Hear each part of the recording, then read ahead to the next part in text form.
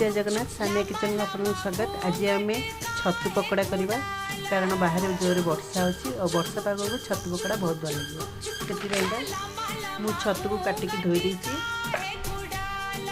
आम अदा रसुण छेचा भुसुंगा पत्र गरम मसला लुण काश्मीरी चिली पाउडर हल्दी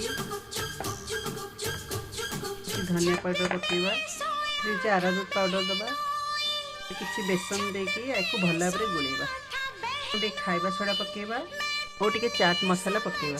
इथरा मो बैटर रेडी गला छाणीबा। गरम गरम छतु पकड़ा रेडी।